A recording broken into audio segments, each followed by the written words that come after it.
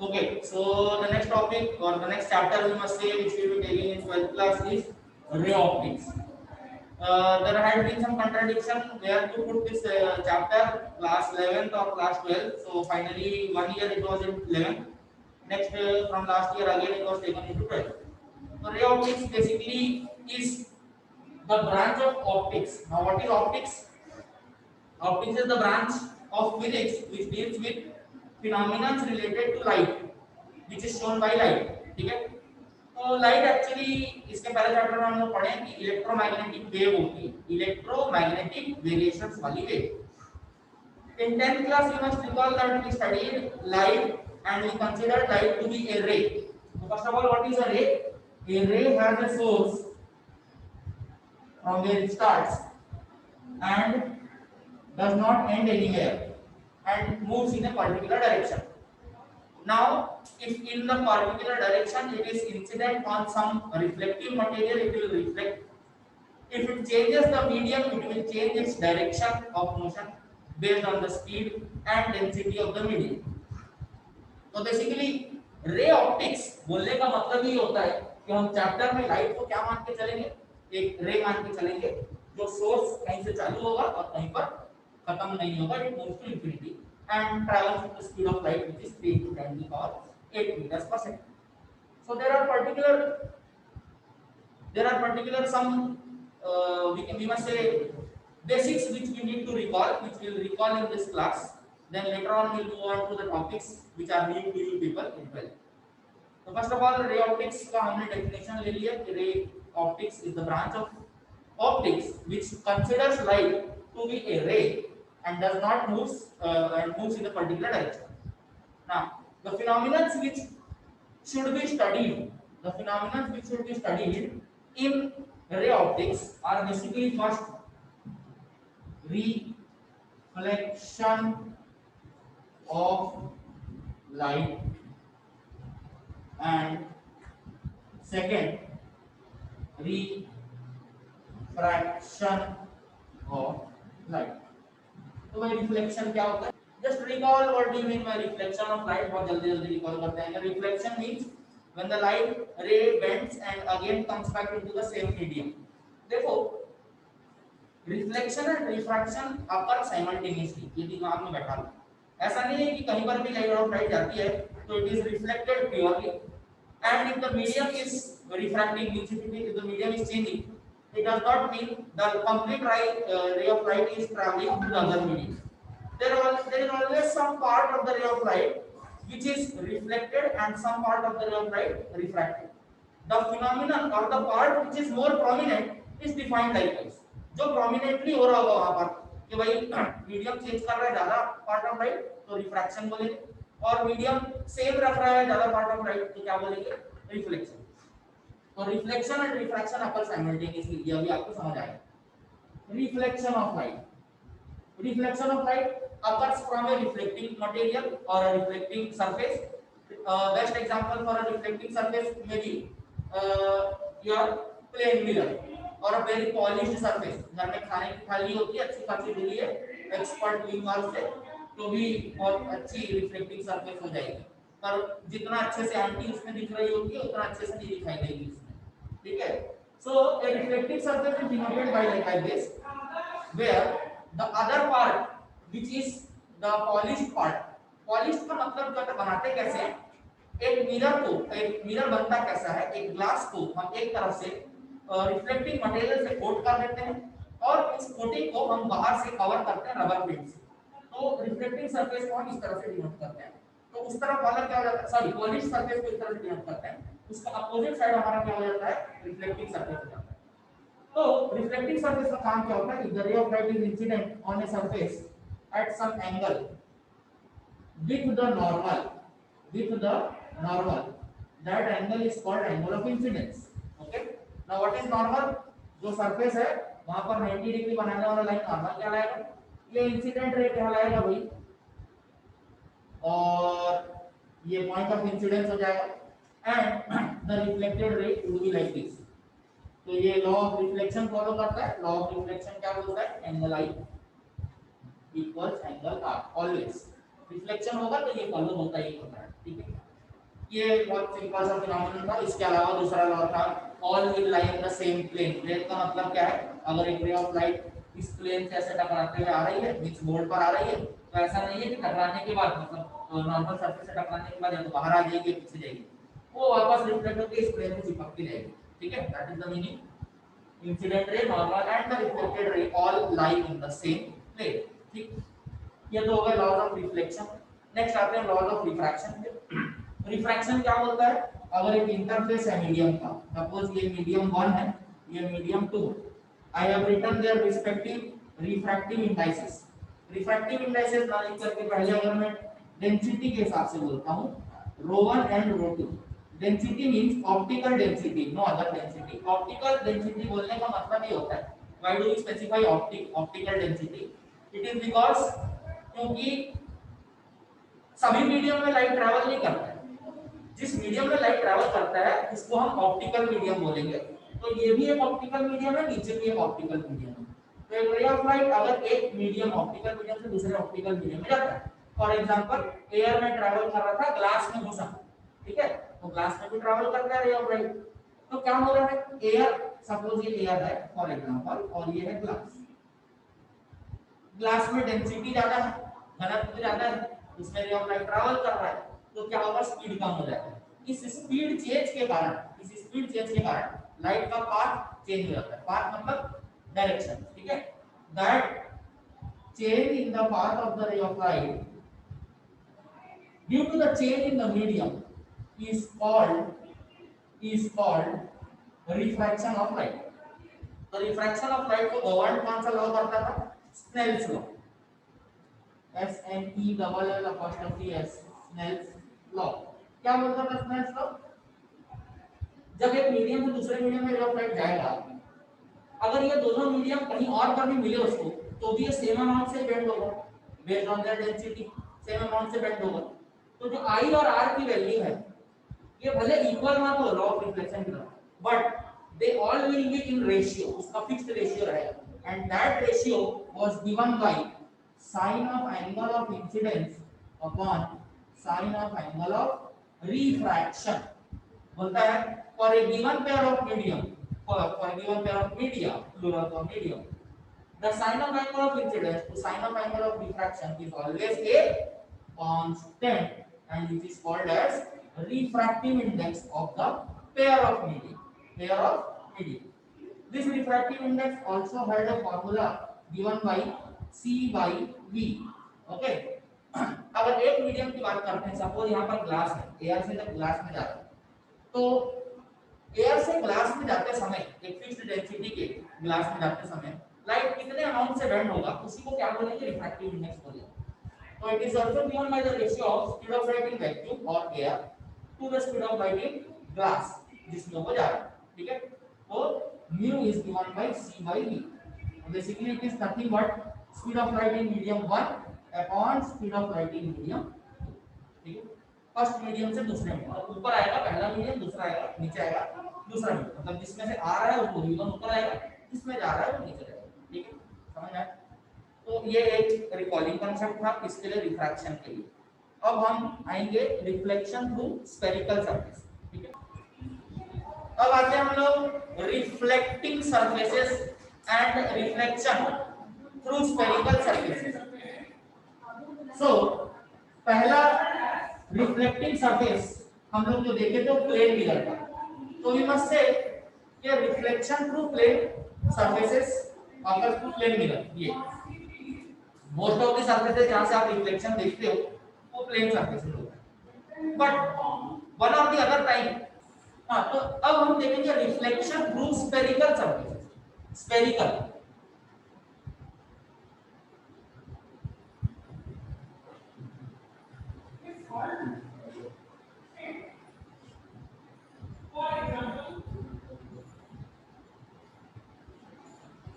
reflection through spherical surfaces, just a second।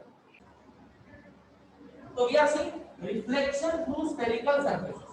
तो spherical surface मतलब एक रिफ्लेक्टिंग सरफेस अगर कर्व नेचर का है, कर्व शेप का है, तो उसको हम स्फेरिकल रिफ्लेक्टिंग सरफेस। कैसे बनता है और कितने प्रकार का होता है ये देखते हैं। इमेजिन ए हॉलो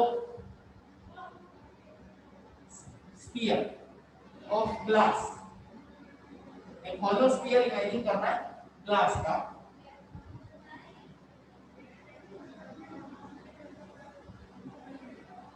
प्लास्टिक की बॉल होती है, उसको इमेजिन कर लो कि वो हॉलो है, हॉलो ग्लास की है, उसका सेंटर ये होगा कहीं ना कहीं पर, है ना, कहीं ना कहीं पर होगा। अब इसमें से इमेजिन करो कि एक पार्ट को काट के निकाल दी, ये पार्ट काट के निकाला और बाकी को रिमूव आउट कर दिया, इसको हटा दिया, ठीक है। अब इसके अगर आउटर सरफेस को मैं पॉलिश कर दूं, पॉलिश कर दूं, तो ये बन जाता है कॉनकेव मिरर। क्या बन जाता है? Concave mirror. ये केव से याद रखो, केव मतलब गुफा जो ऐसे कन्वर्ज मतलब छोटी होती जाती है, तो ये कॉनकेव मिरर एक कन्वर्जिंग नेचर का मिरर होता है। कन्वर्जिंग का मतलब जो सब चीज को पास लाता है।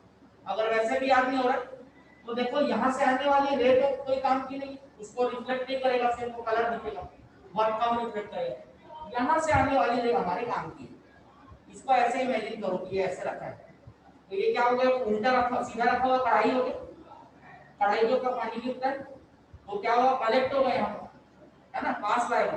तो कॉनकेव मिरर एक कन्वर्जिंग मिरर। और इसका उल्टा, सपोज हम लोग इनसाइड वाले सरफेस को जो अंदर की तरफ कर्व है, इसको हम क्या कर दिए, पॉलिश कर दिए, तो अब कौन सा रिफ्लेक्टिंग सरफेस हो गया, इस तरफ वाला। ये उल्टी रखी हुई कढ़ाई होगी, यहाँ पर पानी गिरेगा तो दूर हट जाएगा, तो ये डाइवर्जिंग नेचर का होता है। किस टाइप का होता है, कॉन्वेक्स मिरर हो जाता है। और ये किस टाइप का होता है, डाइवर्जिंग नेचर का, ठीक है, डाइवर्जिंग नेचर। तो there are two types of spherical mirrors, concave and convex, converging and diverging, ठीक। अब कुछ टर्मिनोलॉजीज है इससे रिलेटेड, ये भी यहाँ पर देखते हुए चले जाते हैं वन बाय वन। ये देखो यहाँ पर लाइन बनी हुई है तो बता दे, ये जो स्फीयर में से काट के निकाला पार्ट है ना, दैट पार्ट ये अभी साइड से ऐसा दिख रहा है, जब इस तरफ से दिखाऊंगा तो क्या दिखेगा, सर्कल ही दिखाई देगा कि नहीं देगा, इमेजिन कर लो। वो सर्कल का जो डायमीटर होता है जो आपको दिखाई दे रहा है, जहां पर लाइट पड़ेगी तो रिफ्लेक्ट होके कन्वर्ज या डाइवर्ज जो भी होनी होगी वो, that is called the aperture of the mirror. So क्या बोलते हैं, aperture. So what is the definition? The effective reflecting surface available of the mirror. जितना मिरर का एरिया रिफ्लेक्ट करने के लिए अवेलेबल है उसको हम क्या बोलते हैं, aperture of the mirror, ठीक है। ये aperture हो गया, जो दिखाई देने वाला सर्कल होगा उसका डायमीटर। नाउ जिस चीज में से काट के, जिस हॉलो स्फीयर में से काट के मैंने ये कॉनकेव या कॉन्वेक्स स्फेरिकल मिरर बनाया था, उस हॉलो स्फीयर का सेंटर क्या कहलाता है, सेंटर ऑफ कर्वेचर कहलाता है। समझ आएगा, उस हॉलो स्फीयर का सेंटर, सेंटर ऑफ कर्वेचर। जो मिरर तुमको अवेलेबल है, जो दिख रहा था सर्कल, ठीक है, उसको जब इंटरसेक्ट करेंगे तो कहीं पर दो डायमीटर कहीं ना कहीं पर इंटरसेक्ट करेगा, उसका ज्योमेट्रिकल सेंटर यहाँ कहीं पर लाई करेगा, ठीक है। अगर साइड से देखेंगे उसको क्या नाम बोलते हैं, pole, pole of the spherical mirror. ये चीज समझ में आ गई, पी से डिनोट करेंगे। नेक्स्ट, दो पॉइंट से पास होने वाली कितनी लाइन होती है, सिर्फ एक लाइन, किसी भी दो पॉइंट से पास होने वाली एक और एक ही लाइन। The line which is passing through centre of curvature and pole of the spherical mirror is known as principal axis. क्या बोलते हैं, प्रिंसिपल एक्सिस बोलते हैं, ठीक है, ओके। नाउ अब ये किस टाइप का मिरर है, कॉन्वेक्स मिरर, तो इसके ऊपर लाइट जो यहाँ से आ रही है उसको रिफ्लेक्ट करेगा, ठीक है।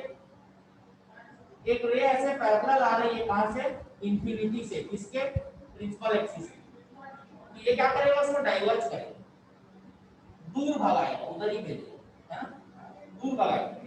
और भगाएगा तो ऐसे नहीं भगाएगा, अगर ऐसी रेट ऑफ रे पैरेलल आ रही प्रिंसिपल एक्सिस के, तो it will diverge them such that it will appear that all these rays were coming from a point behind the mirror. Mirror के कहीं पीछे से एक सिंगल पॉइंट से आ रहे थे, ये भी वैसे ही। उस पॉइंट को नाम दिया जाता है focus, principal focus of a convex mirror. ठीक है, वही अगर कॉन्केव मिरर के लिए बोल रहे हैं हम, कॉन्केव मिरर ऐसे अवेलेबल होगा मेरे को,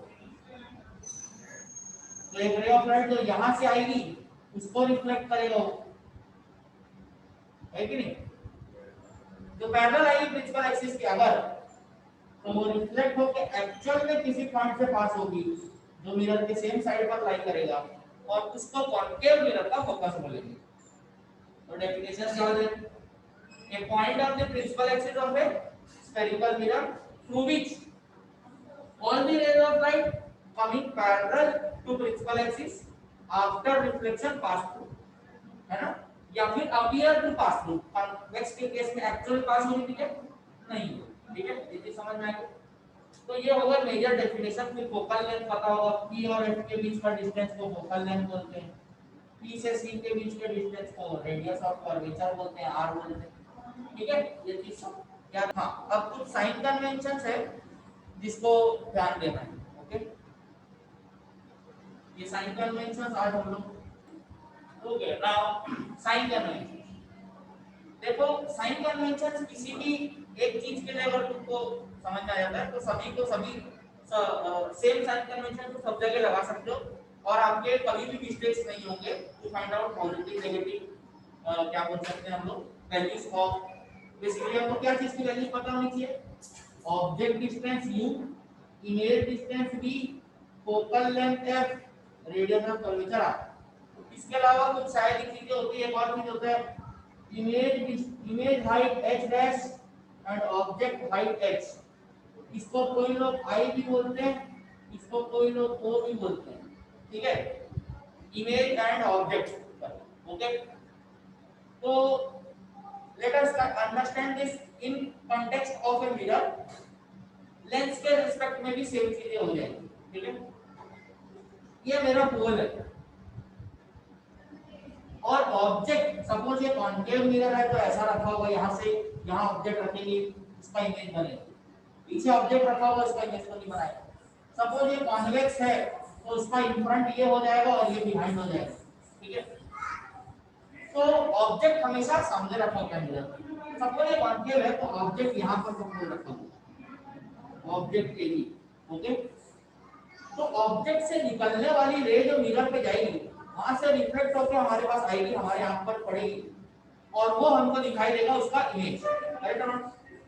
तो यहाँ पर एक सेंटेंस समझो, एक टर्म समझो, डायरेक्शन ऑफ इंसिडेंट रे। डायरेक्शन ऑफ इंसिडेंट रे, इंसिडेंट रे मिरर की तरफ जा रही होती है। ठीक है, जो भी रे मिरर की तरफ जा रही है, मिरर के रिफ्लेक्टिंग सरफेस की तरफ जा रही है, उसको इंसिडेंट रे बोलेंगे। तो ये डायरेक्शन ऑफ इंसिडेंट रे ऐसा है। ठीक है, अब पहला पॉइंट साइन कन्वेंशन का ये है कि आपको जो भी डिस्टेंस मेजर करना है वो सभी डिस्टेंस आप you will start the measurement from the pole and nowhere else. Suppose you want to measure how far is the object kept in front of the mirror, means object distance you measure करना है, तो आप हमेशा पोल से शुरू करके इधर जाओगे। सपोज इमेज यहाँ कहीं पर बना है ना, तो ये डिस्टेंस अगर आपको मेजर करना है ये, तो आप इधर से शुरू करके उधर जाओगे, इधर जाना तो भी इधर जाओगे, इधर जाना तो ऐसे जाओगे।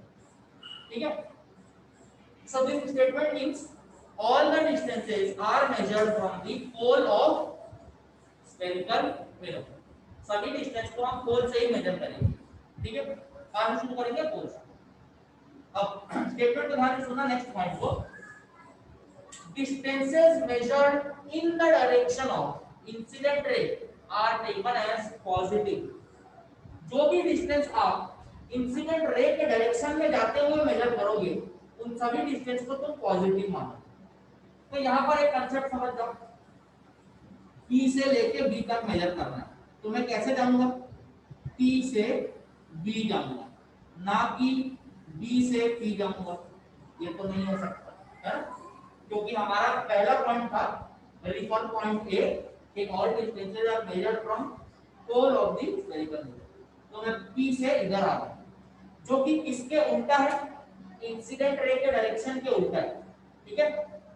तो जो डिस्टेंस को मैं इंसिडेंट रे के डायरेक्शन में जाते हुए मेजर करूंगा उसको मैं पॉजिटिव लूंगा।